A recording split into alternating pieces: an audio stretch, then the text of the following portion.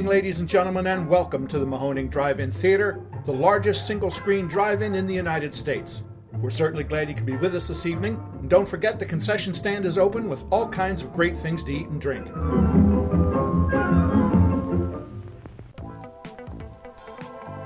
89.3 Mahoning Drive-In Radio. Your old friend Virgil back once again for another exciting episode of the podcast. As you guys know, the only podcast dedicated to the revival of our beloved drive-in culture, and joined as always by my co-host and general manager extraordinaire, Mark. Say hello, Mark. Hello, I manage generally.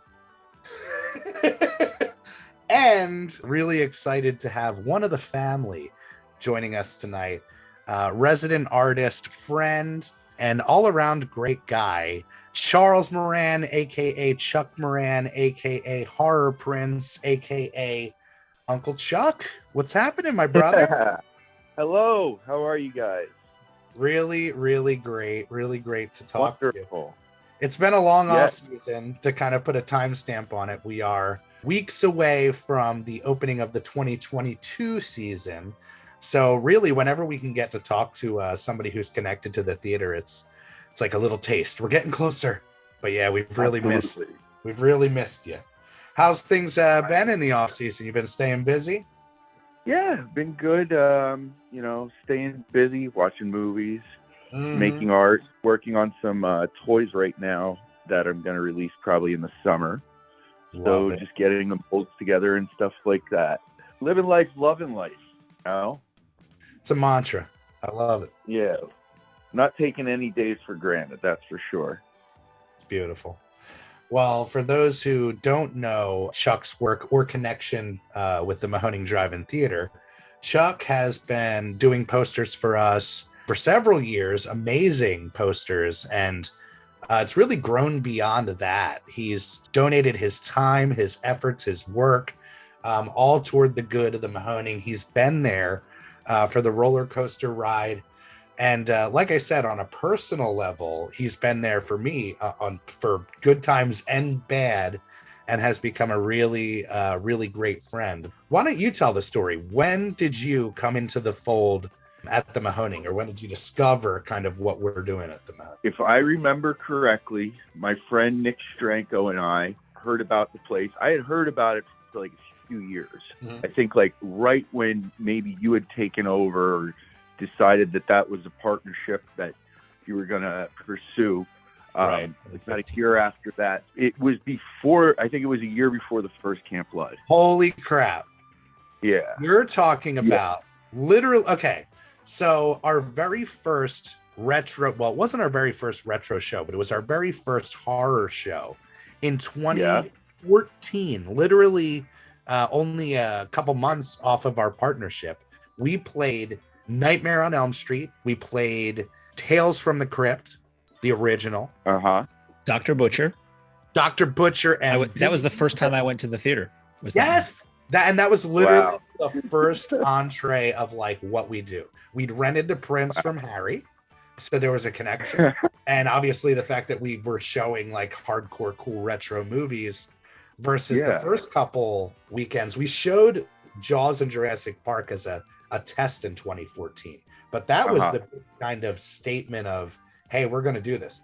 So yeah, that's what I'm thinking. You were literally there from the birth of the whole retro thing. It's just great. I mean, I have pictures from that, but I can't. I was trying to do that last summer, like go back through everything and be like, when did I first go? I know when I first heard of it, and I believe that would have been back in like 2010. Right. When I first heard that, there was this cool drive-in in Carbon County that if you wanted to, you could chill out and camp and stuff like that. That would have been literally right on that cusp.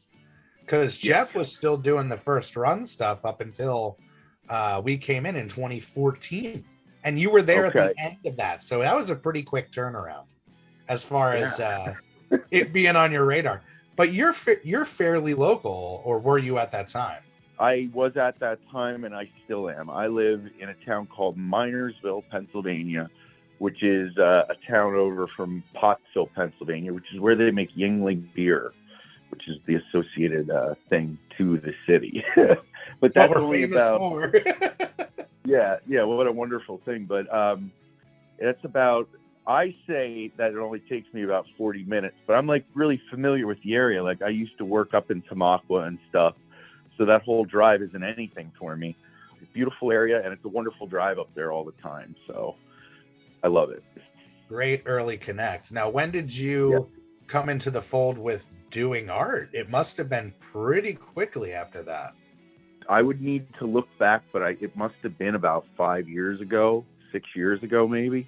I remember the initial kind of meeting of you, and you had become kind of a regular on the lot, but how that connection crossed over to, hey, do you want to do art? It probably was as simple as that. I believe, if I'm not mistaken, it was, I had talked to you, and then I had talked to James, and then I had just, he has his own thing going on, so I just basically continued talking to you.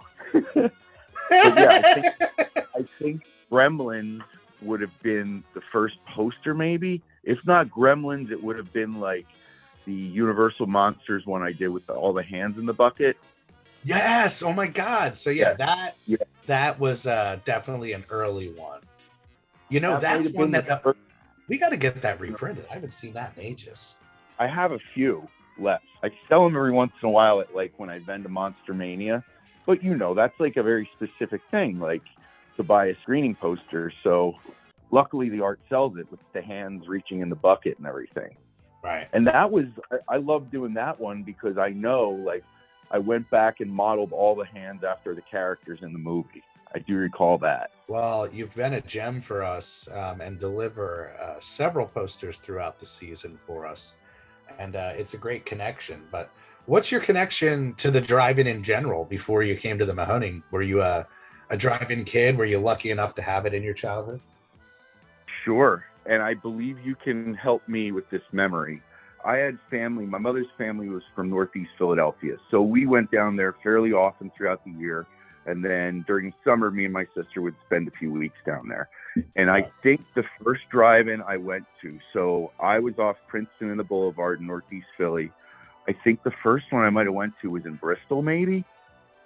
Does that sound familiar? Well, Bristol is definitely closer to me than, like where the drive-in is. I'm trying to think of what the drive-in was, because it hasn't been there in a long time. This was when it was a double header, and I believe it was Teenage Mutant Ninja Turtles and Arachnophobia. That was Come on! That was your intro?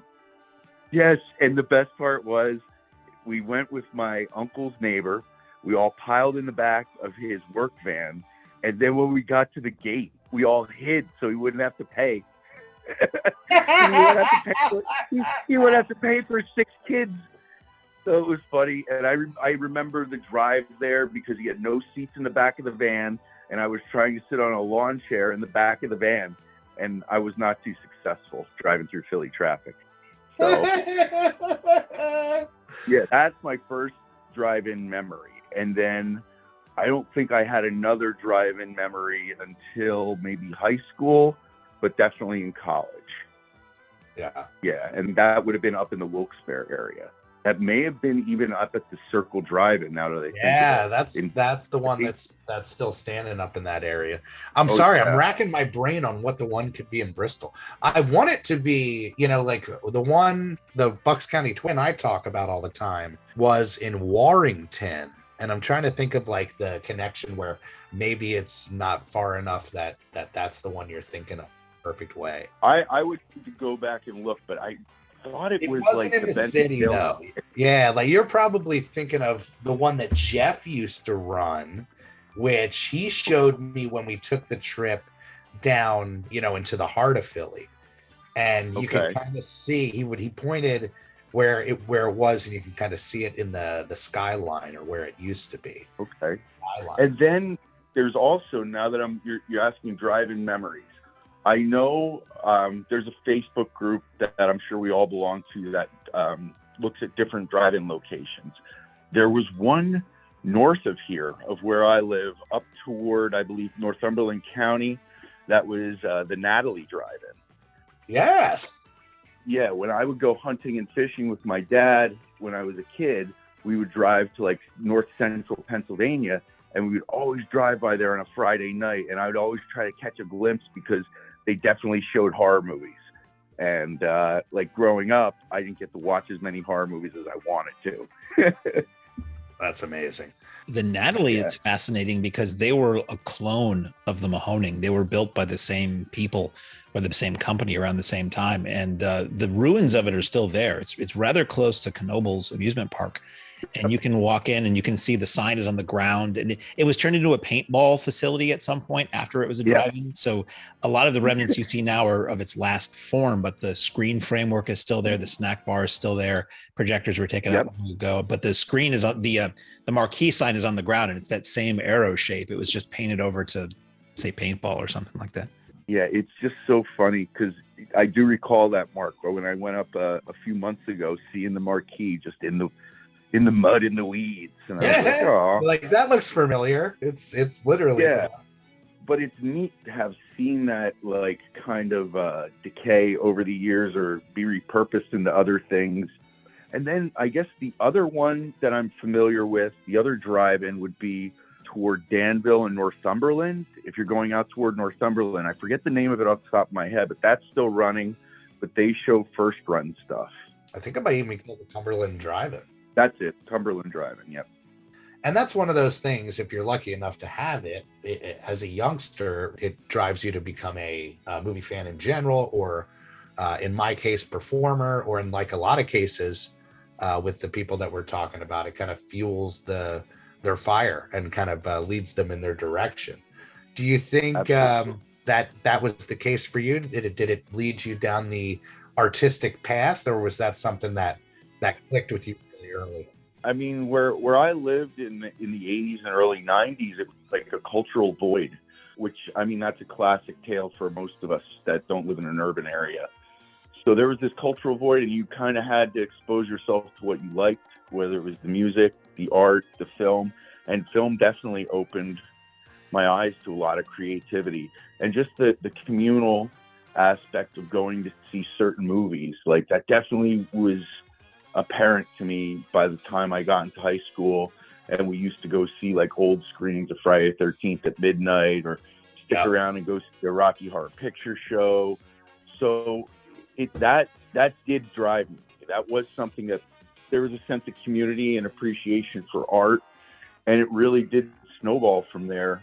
Now that I think of it, decades later, and that's kind of like the path for a lot of people in life. Like, you follow your heart, you follow what you love.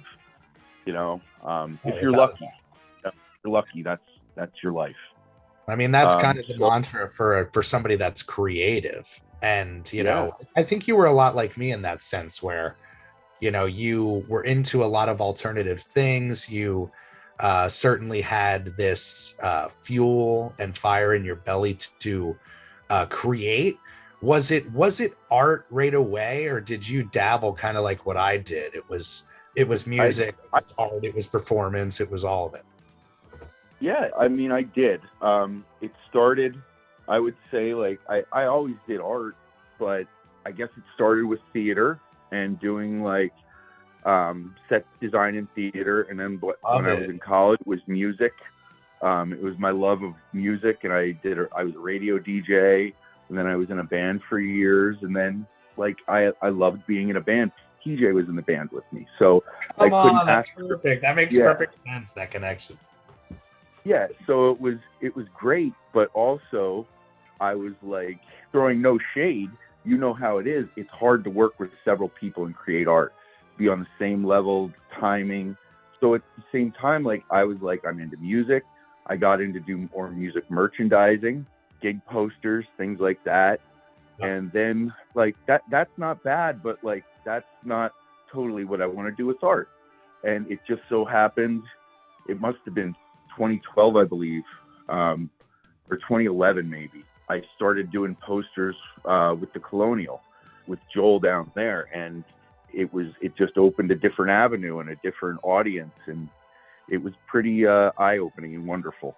And then, of course, I met you guys. Well, I think the reason we're blessed, by the way, with the connection, and that's the case with pretty much all the artists that have come into the fold, is we really look at that connection as such a blessing. But one thing that seems to stand out when it comes to the appeal of wanting to work with us or somebody like the Colonial or whoever is it's an opportunity to work with some serious licenses and do it legitimately, you know? Sure, absolutely. And that's like when I was doing gig posters for years, that was kind of how it went. There was an approval process for the artwork and everything. And then I started to see what Mondo was doing, because Mondo and Alamo started the whole kind of poster revival and actually doing high-end posters for individual screens. And they were successful for many years. And they opened a market worldwide that really didn't exist there and still does to this day. So it was something, I wanted to do. There's Chris Garofalo that does it. There's also Justin Miller, who we all know, Haunt Love, who does it. I was me and Chris and Justin were at Monster Mania a few weeks ago talking about how, we started years ago doing gig posters. Now we're doing this and so many other things. And like, that's the beauty of art. It doesn't need to be one avenue. That's the beauty of how you guys are with your creative vision with everything. It doesn't need to be one thing. There's several different outlets that you can pursue and excel in and bring people into the fold. Yeah, and that's the beautiful thing. When we first started, we relied on an all volunteer staff. We relied on artists to donate their work.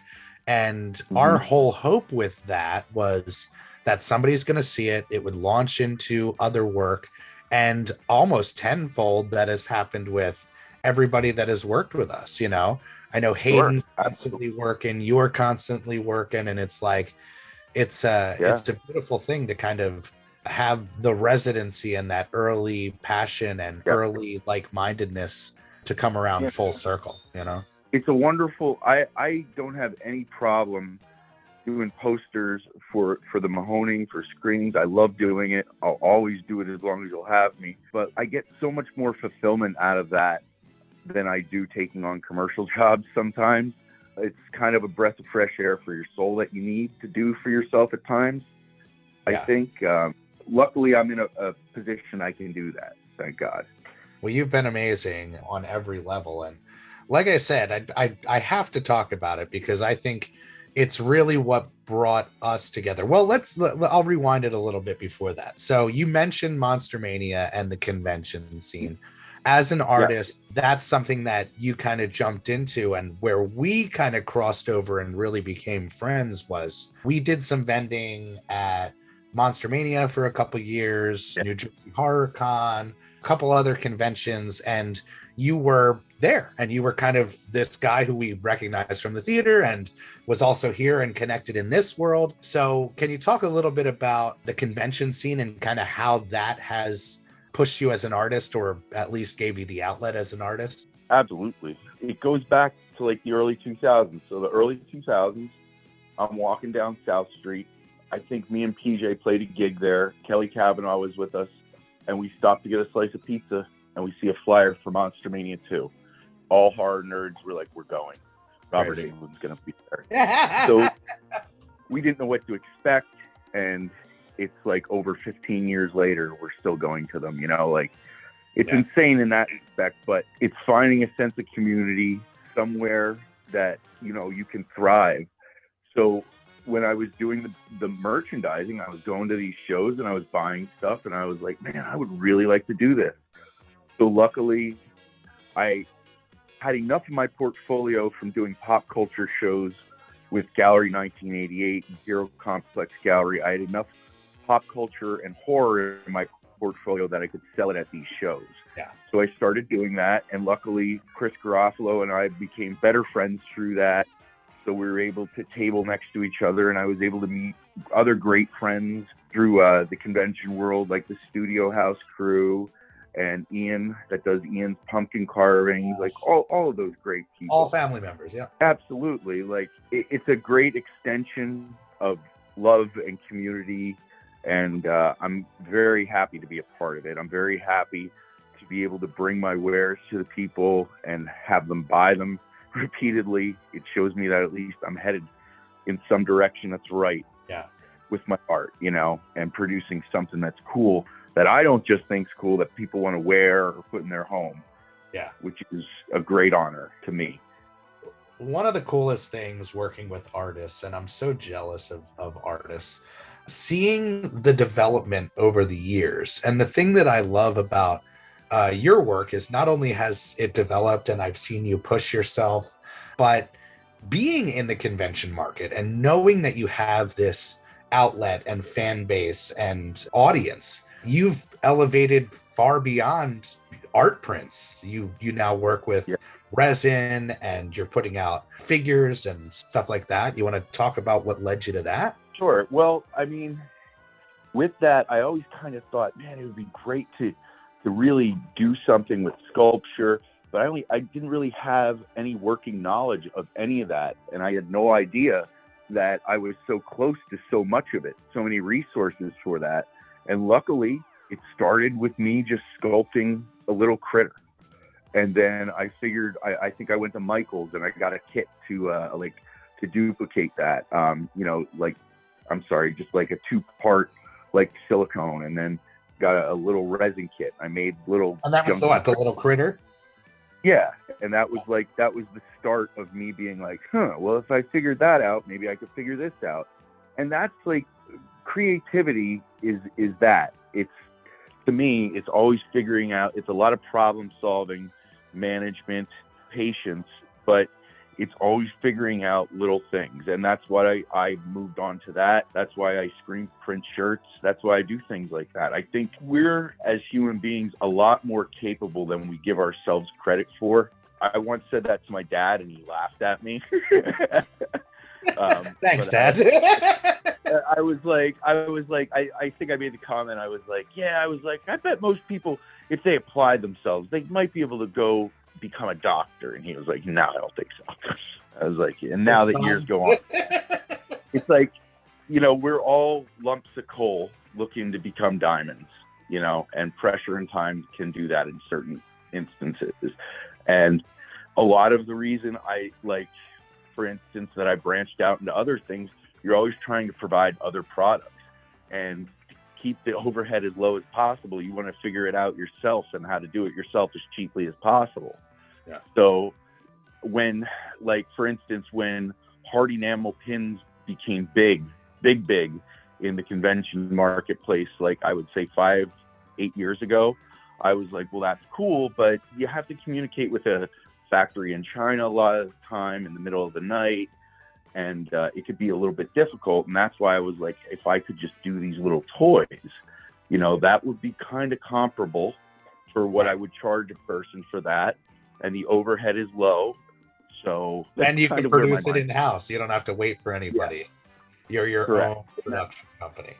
Yes. And that's the same thing with screen printing shirts. I have friends that do that. They have studios actually in their homes that they have everything set up, that they receive an order, they print it, and they ship it right out.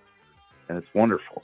That way you don't have to have a huge printing operation if you can't produce that to keep that. So, I mean, that's really what the whole idea was behind that, to produce as much as possible, as cheaply as possible, that people want. And it does. It breeds creativity. When you put yourself in that scenario, it's like, I'm going to figure out a way to make this work. When I was recording, not just in the band, but before that, demo recordings, things like that, sometimes you can't wait for the other person, like you said, in the band, or the other person to deliver and, along the route. So you just got to kind of go for it, and it creates something beautiful sometimes. And the nice thing is, with the internet and social media and everything, I've been able to interact with so many artists, and most artists are very good people that just want to share their knowledge.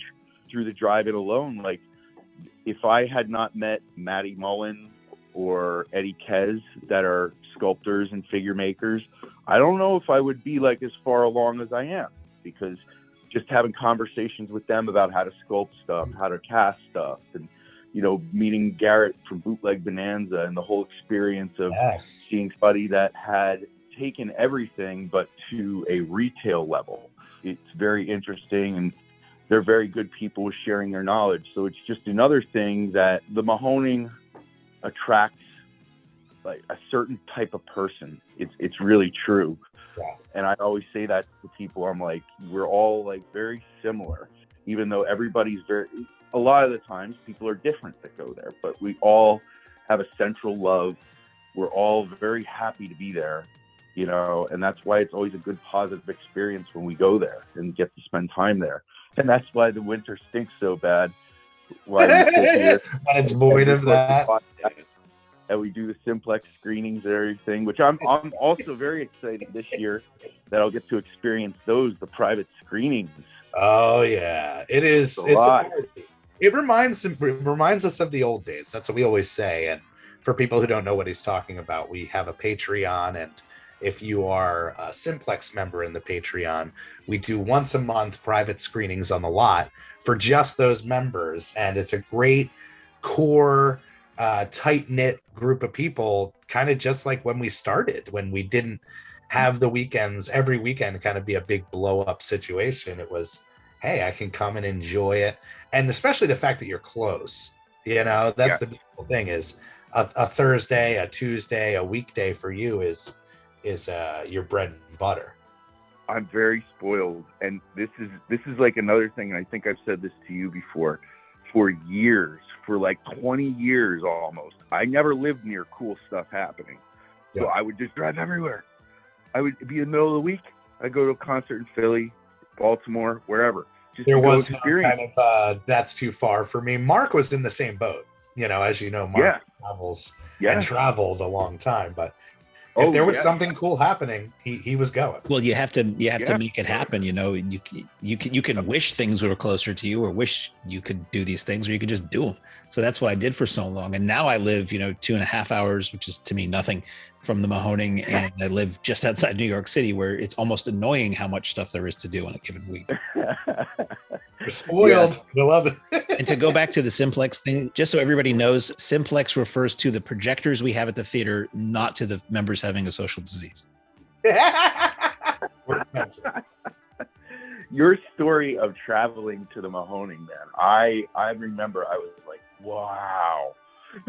I was like, it always amazes me how far and to what lengths people come to experience the theater, and I love it. Yeah, it's a destination. Like you said, it draws people in. If people are there, they made the trip, they made the choice to be there. It's not a casual Batman screening on a Thursday night. It's a dedication and a love for not just the culture, but the films. And I used to say it a lot more on the radio sets, but it's true. You will meet your next, leading actress. You will meet your writing partner. You will meet your next lead guitarist, because there is a magic and a kinship happening on the lot. And the amount of friends made at the Mahoning, it's kind of staggering. Yeah, that's absolutely true, and it grows every year. I know you always say that, but it's absolutely true. I started doing shows down in Texas about 6 years ago, and I did them for like 3 years. And by the last year I did them, they were concert poster conventions. So I'd take my gig posters down there, set up a booth, and sell them in the convention center in Austin for 4 days. And the last time I went, I had a Camp Blood shirt on, and people were like, "Oh, we know that place. We saw the documentary." And I'm like, "What the shit?" So I went down there in October for Halloween to see Kelly, and I intentionally went to the Alamo, and I went to a Terror Tuesday, and the guy that was hosting it, I had my Mahoning hoodie on, and he knew exactly. He goes, "Oh, I know that place." Oh, I love it. He knew all about it, and I was like, "That's amazing. I'm glad that you know about it, because as much as I love Alamo, the Mahoning is a better place." Oh, that's sweet. We love everybody at the Alamo, and since the word spread so much, it's hard, because I get it. I was totally that kid in high school that loved the underground bands, and then when they hit, there was an element of, but that's my band, that's my place, So I think there is some of that with some of the early heads who got to experience us as we were growing. But Sure. that's what you want of, a place that you love. You want to see it grow. You want to see it thrive. You want to see it challenge itself and push. You don't want it to become a comfortable, just, regular situation. There was no, I can't accurately describe how happy I was walking around and seeing the life on the lot at the Jamboree, because it was a payoff for a lot of people's hard work and dedication. And it was wonderful to see so many people enjoying it.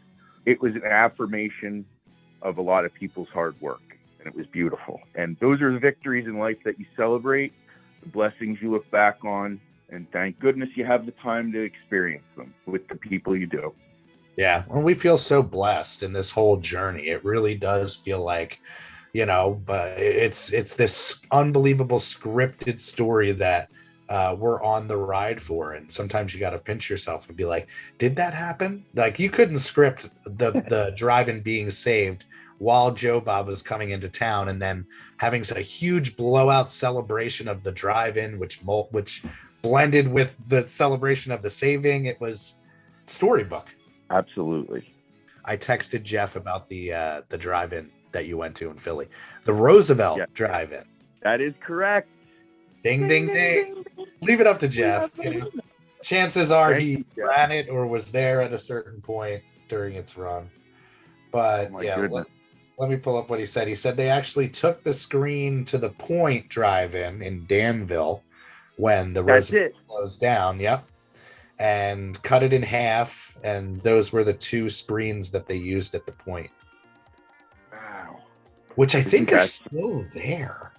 Because we drove. It is. That's the one that I couldn't think of earlier, the name. The one in Danville? Yeah, it's just outside of Danville, and it's like right alongside the Susquehanna. It's crazy. So let's talk about it. You've had some serious experiences at the lot, but if you had to name a couple choice ones that mean the world to you, not connected to your work, but just connected as a lover of what we do, where does your head go? Oh, I would say, well, of course, Camp Blood, because that for years has been like the reunion point for me and my friends. Every year we make sure that we try to come. It's been a little bit tough the past 2 years because Kelly's a nurse down in Texas, but it's always nice to come back to, and absolutely every year for VHS Fest. That's something that, I always see friends from all over the world that come to that. But I would have to say I had a good time at Mean Girls weekend. That was an unexpected good time. Yes, that's been brought up multiple times, and it goes out of our comfort zone. Because Andy was like carrying on about all season. And I never saw Mean Girls, so I went in totally blank, and it was just awesome seeing that and Clueless together, and so many different people that I don't think had ever been there before. So I can only hope that there are some more curveballs like that. Those are the events we love to do now. And we kind of figured out with that event is, sometimes it pays to toss a different audience a bone. And even though we know we're going to get the poo-pooers that are like, why are you wasting a weekend on something like this? There's a lot of thought that goes behind a lot of the programming. So it's interesting because you're never going to please everybody. When you're dealing with programming, or when I was working as a DJ, Mark, you probably know too, you can't please everybody, but you just kind of have to follow your instincts. Like, I remember when my friend moved down to Texas, that was a very similar thing that was heard about the Alamos program. There's not enough horror. And then when there was too much horror, there was too much horror. Yeah. So right. I think you guys do a pretty great job of balancing everything. And, last year branching out with like the spaghetti Sundays and everything, I just think that's the good thing. That's the good fight that you have to fight if you love cinema. Yeah. And that's it. We said it, and it's kind of selfish, but I look at it as before the pandemic, we were a Friday, Saturday outfit. And the decision to do Tuesdays, decision to add Sundays, it became a thing where it's let's play a little bit. And again, being lovers of movies like we are, we want to try to tap as many different fandoms, as many different genres, do as many fun things that we can. I always look at it as a Tuesday, a Sunday, a Wednesday. It doesn't matter. If it's playing, that's a bonus. That's an extra opportunity to come to the Mahoning and have fun. Yeah, absolutely. So why don't you talk a little bit about your influences? You talked about always doing art and dabbling with different mediums. Where does that influence come from beyond movies? I would say comic books, late 90s comic books were the thing that started my love of illustration.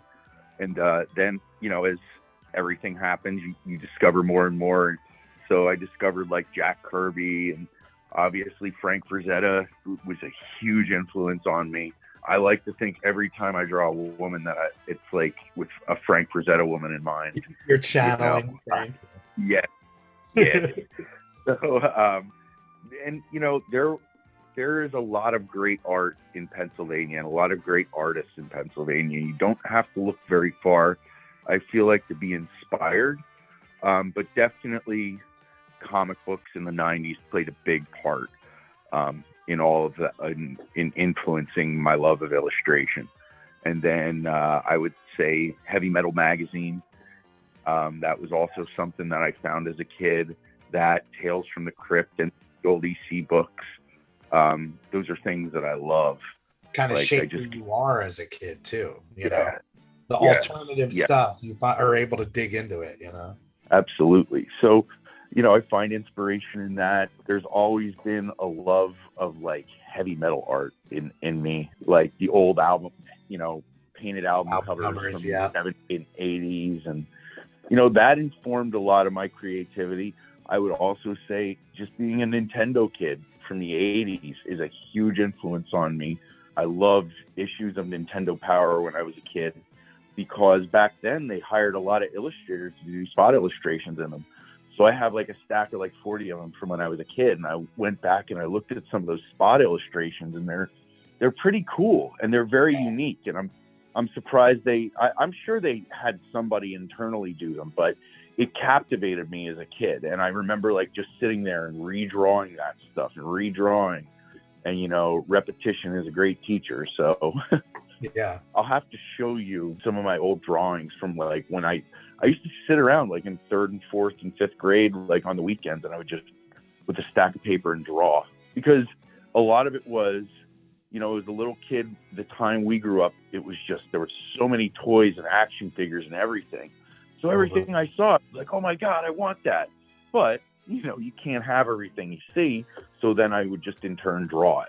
Oh, that's so cool. You're like, well, I can't have it. I'm going to have it. I'm going to have it. Yeah. I'm going to create it. That's so cool. I feel like that's like a driving force for a lot of like music. You're creating something that isn't there. Right. I always think like car guys that like find an old car and then just put it back together, like we're going to see during Mad Max weekend. I went through my pictures the other day and I forgot. Maybe you remember this. I'm sure he'll be there again this year.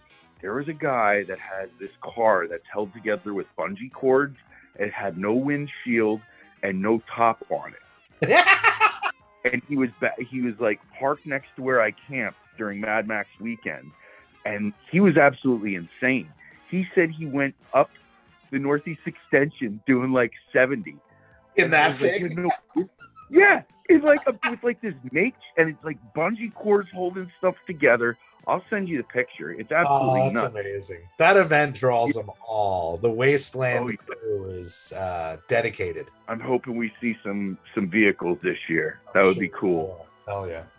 You mentioned your influences. It's so hard for me to describe an artist's style. How would you describe your artistic work? I would say... I know. It's like, hey, can you button this up in a nice, pretty bow? The one thing I hate doing the most is describing or giving a biography about myself. So if I had to say, I'd say that it's an illustrative style that at times could be more photorealistic, but is definitely influenced by a cartoonish nature at times too. Yeah. And that's kind of what I like about the way I approach different posters. Is some artists very much want to do a kind of like a formulaic design or have an aesthetic, and that's wonderful. But I always approach the posters I do is they have to be a unique entity of themselves. They can look like other things, but I strive for them each to be individual. And that's what I think is so cool about the resident artist, quote unquote, is, you know, you have the opportunities and you can kind of stretch and be like, I'm going to try a different style with this, or I'm going to cater the style a little bit to this. And we've certainly seen many, many amazing works. If people want to see some of Chuck's event posters, they can cruise our Instagram and certainly be flooded. You could go to my Instagram, horrorprints.com. But just real quick, to get back to what you were saying about being comfortable and being able to work within a certain parameter with the relationship that you have. Years ago, I started doing gig posters for a promoter in Philadelphia, R5 Productions. And that guy was basically like, do whatever you want. Yeah. And then as I started doing more band merchandising, they wanted to direct me more. And that's fine, but that comes with a cost. And but all of the best work I've done has been like where I've been given a little bit of slack, I feel. I did a series of posters a few years ago for the Electric Factory, and that was very much the same way, is that I got to work with higher profile bands and stuff like that, but use my artistic interpretation of things. So that was nice. And those are always the best situations to have. Yeah. What's your favorite? I know I have a couple of your favorites. Do you have a favorite, or where does your mind go to when you think about the posters you've done with us at the Mahoning?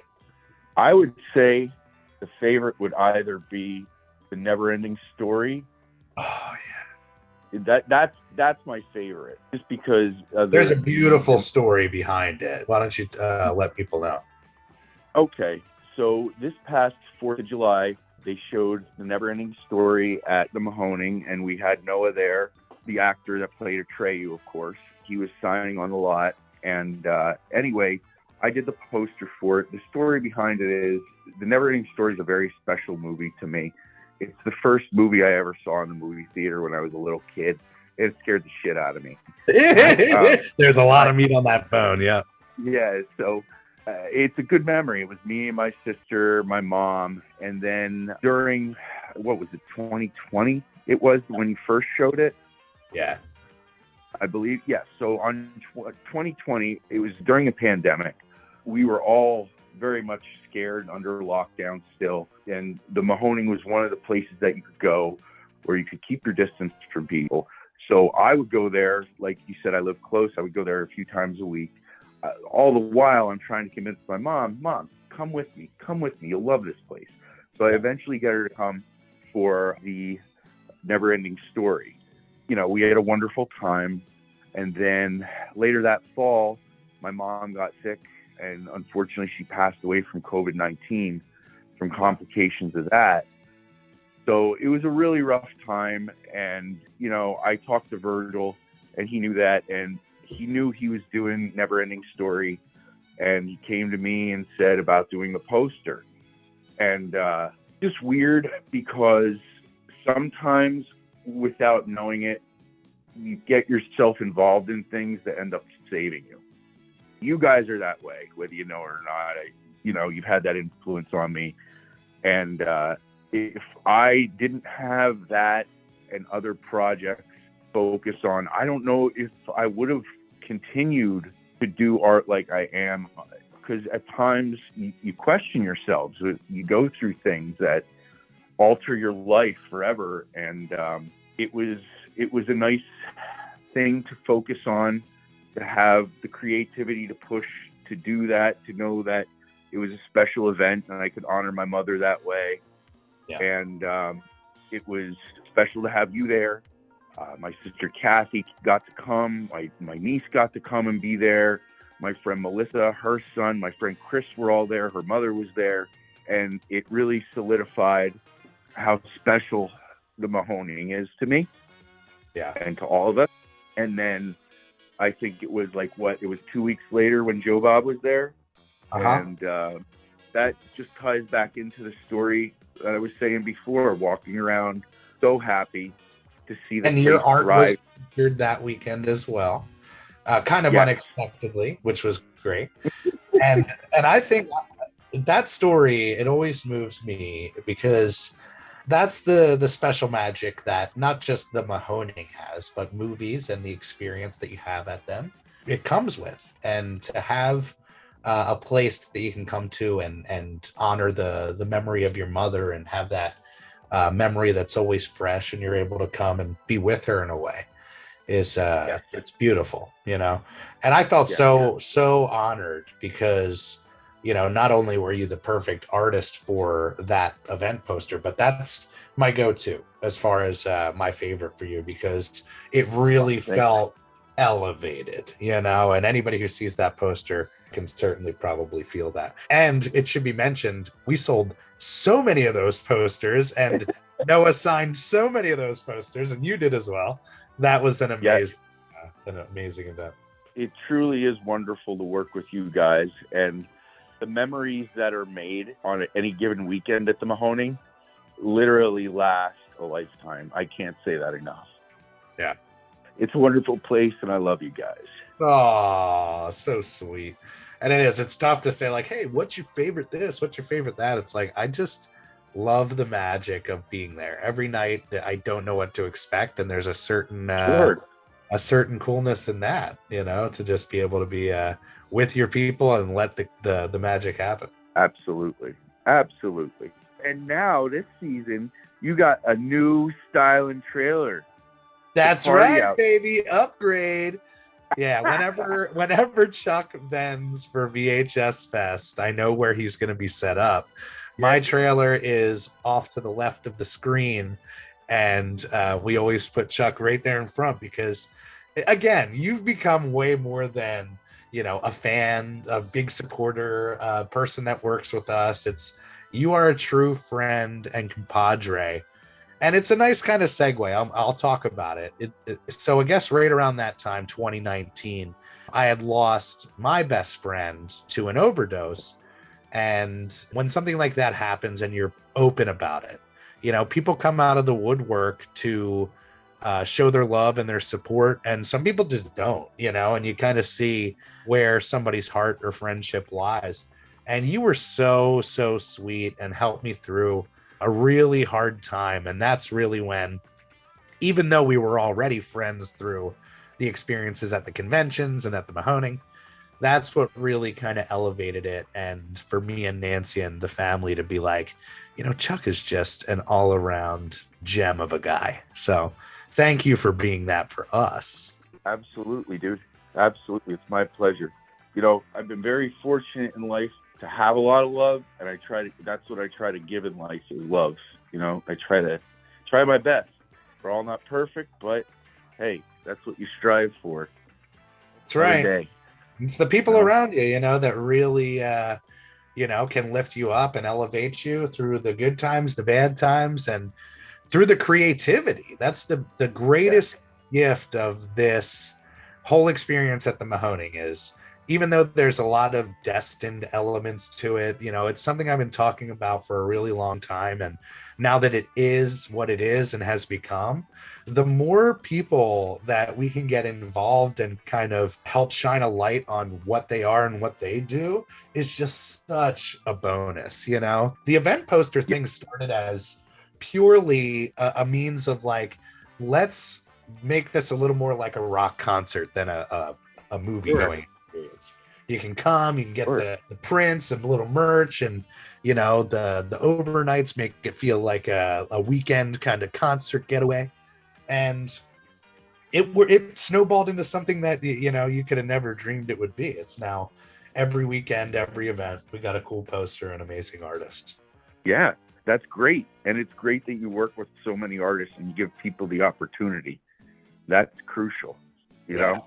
Absolutely. That's something that you have to support. If you're an artist, you have to support art. You have to love it. And that's true of the artists that I know. But it's interesting because as you were saying, like how you'd lost your friend and everything, I know that season, like that place seemed to take on a different dynamic to you, or at least I began to understand what that place meant to you a little bit better.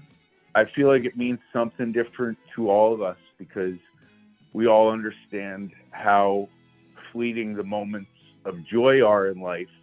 And the older you get, you don't want to take those for granted. And that's kind of a lesson in the joy that we get with the Mahoning, you know, not to take it for granted. Absolutely. And now after everything we went through last Pick up your damn garbage, Chuck. It's true. And after everything we went through last year, it's even more solidified. We're incredibly blessed to have this place for all of us to love. Mark, you wanna pop in with some questions for Uncle Chuck? Well, I had two, and we were talking about the joy and the love that if I may, Monsignor Moran brings to us each and every week. For me, the first moment of joy was when you came up to, I was working at the cash register in the snack bar. You came up to me and you handed me this framed original Mahoning handbill flyer from 1981 for the Cannonball Run when it was playing there, knowing how much that movie meant to me. Where did that come from? Okay. So I'm going to say his name, and if he ever hears it, he's going to be really angry I said his name, but I love him. So he's a good guy. I have a very good friend, Bill Harleman, who works with the Historical Society in Lehighton and has lived up there, I believe, his entire life. So he's a wealth of knowledge about everything. Yeah. So one day we worked together. One day he came in and he gave me that. And I was like, oh my God. I was like, Bill, I was like, I want you to know I can't keep this. I have to give this to somebody. He's like, that's fine. So that's where that came from. Bill had that in his collection. He has a very large historical collection of local, I guess, terra firma and everything else. But he has a great story. He remembers now Bill might be maybe 15 years older than me, maybe. So he has a memory of going there when, I believe in the 70s, when he was a kid.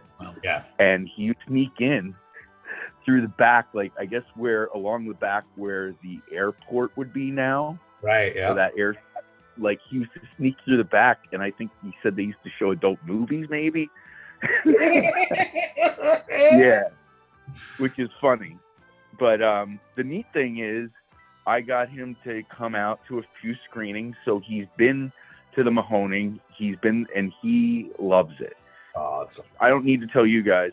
It's always good to have local friends and local supporters. And that has been so crucial, I think, the last year, that, you know, forging those relationships and making sure that they're still there, and that you can help your neighbor. You know, that's big in Pennsylvania where we live. In this area, people want to help each other out, you know, if they can.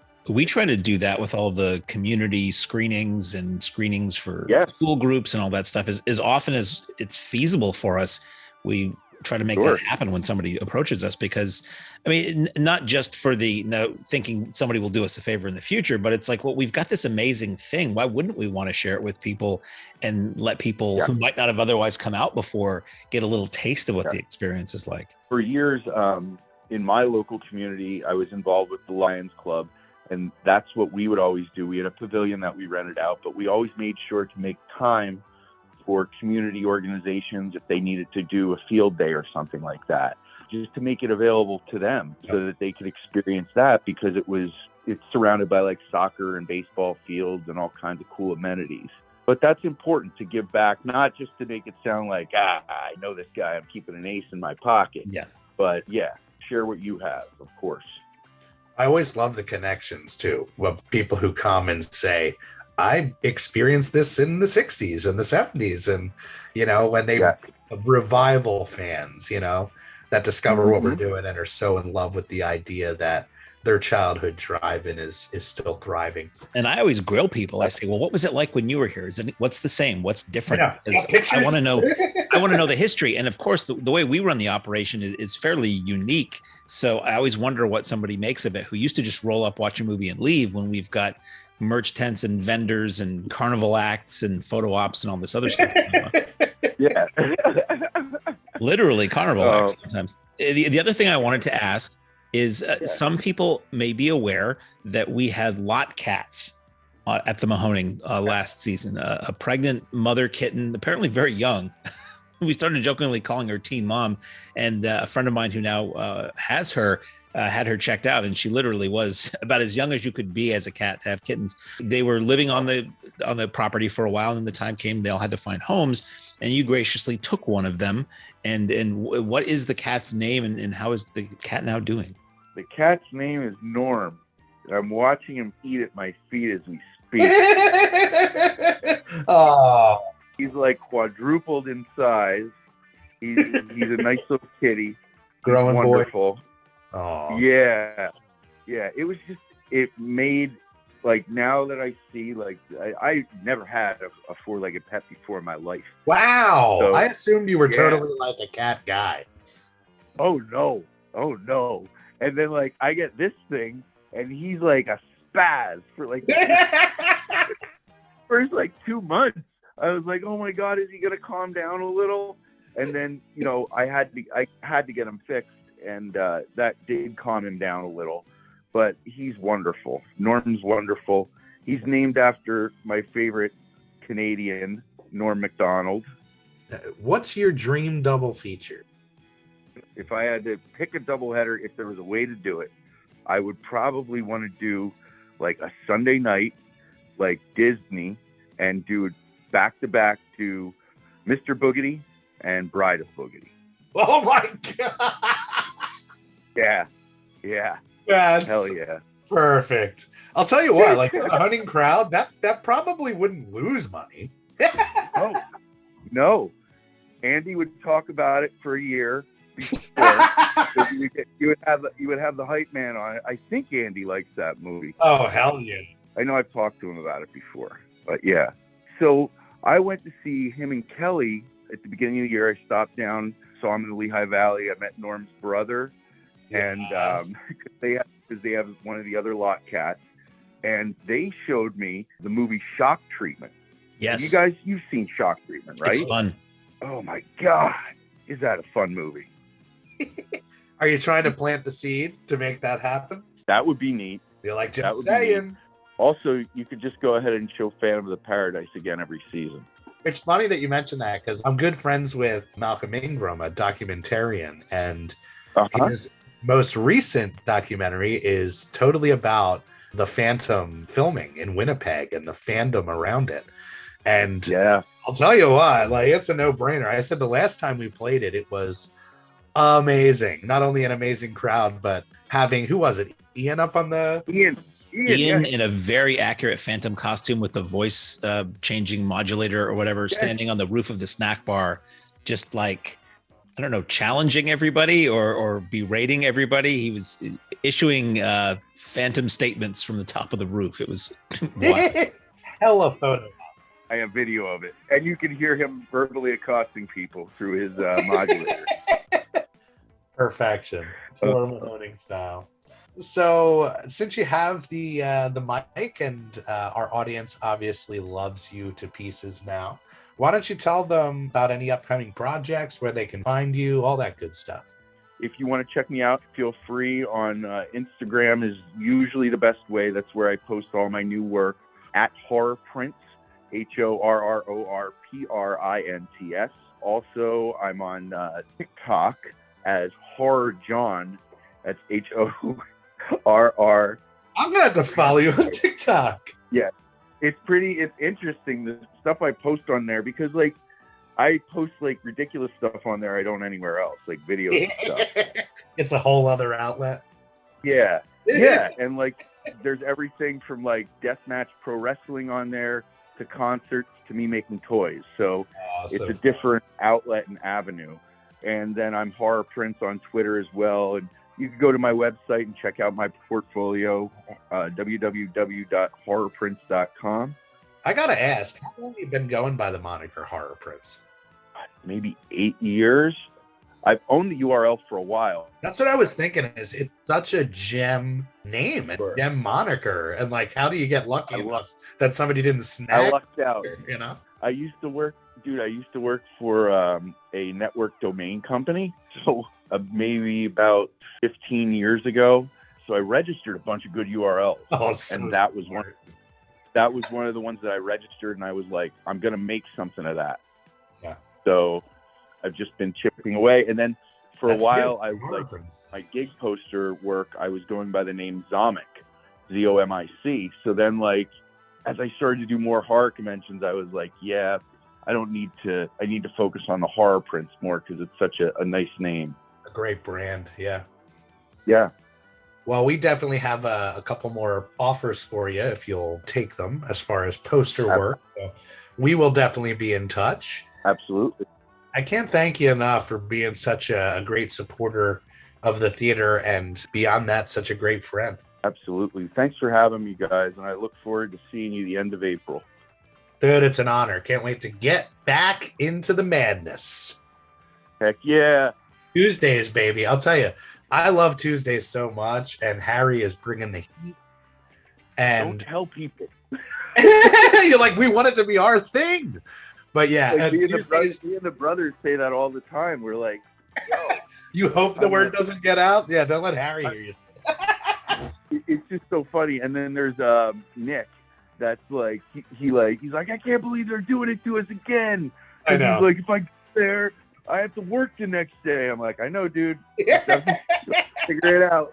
It drives people nuts. Tuesdays are stacked, and I say it like we're hoping that it grows this year. But Tuesdays for me on a personal level are always so much fun because I know you're going to be there. And I know that there's going to be always those friendly, familiar faces and regulars that we can enjoy some nutty movies with. The cool thing is about the Tuesdays is I have found there's an entire group of people that go to the Tuesdays that don't necessarily go to anything else. That's why we started it. You know? Yeah. There's the people who are like, I work weekends, bitch. I'm the opposite of you. Yep. My friends that are all like tattoo artists, a lot of them will go up to that because Tuesday is their Sunday. So you're doing the Lord's work. That's great to hear. That's great to hear. Keep that in mind, folks, when you see it. And we always say, what are we going to play garbage on Tuesday? Not going to happen. Every time we have the opportunity to play something, we're going to hope it's a banger and we're going to present it as such. Yeah. So, Chuck, thank you so much. Check them out. Support the hell out of them. We love them to death. It's true. I would just like to say one more thing. Yeah. If it's okay with you, I had one of my best friends passed away tragically a week and a half ago. I'd like to say R.I.P. to Scott Brower, Scotty Blunts. I love you. And rest in peace, brother. This is for Scotty. And you sent me a beautiful text, a picture of the lot saying like, hey, I had a really rough day, heard about my friend, and, you know, came to my happy place to get out of my head for a little bit. Again, you know, anything that we can do to be there for you and to try to strengthen this crazy world that we live in, you know, we're honored to do so. So Scotty, rest in peace, brother. You got it, man. And on that note, Jeff, take it away, my friend. Ladies and gentlemen, thanks again for coming out tonight to the Mahoning Drive-In Theater. We hope you'll come back and see us again real soon. The exit is on the right-hand side of the screen at the front of the field, and most importantly, have a very safe trip home. Good night, and God bless you.